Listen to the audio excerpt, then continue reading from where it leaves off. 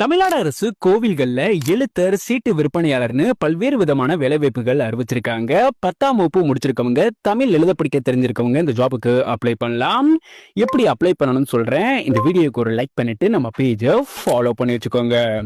தமிழ்நாடு அரசு இந்து சமய அறநிலையத்துறை கீழ் இருக்கக்கூடிய அருள்மிகு வன பத்திரகாளி அம்மன் திருக்கோவில் தான் இந்த அபிஷியல் நோட்டிபிகேஷன் ரிலீஸ் பண்ணிருக்காங்க.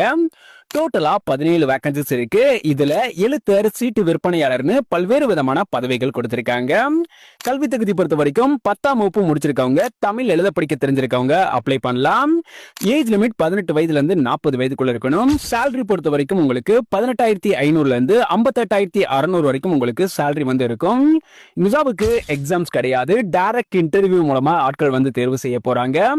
ஒர்க் லொகேஷன்ஸ் நம்ம தமிழ்நாட்டில் தாங்க இருக்கும். அப்ளை மோட் நீங்க தபால் மூலமா அப்ளை பண்ணணும். அப்ளை பண்றதுக்கான லாஸ்ட் டேட் 30/6/2025.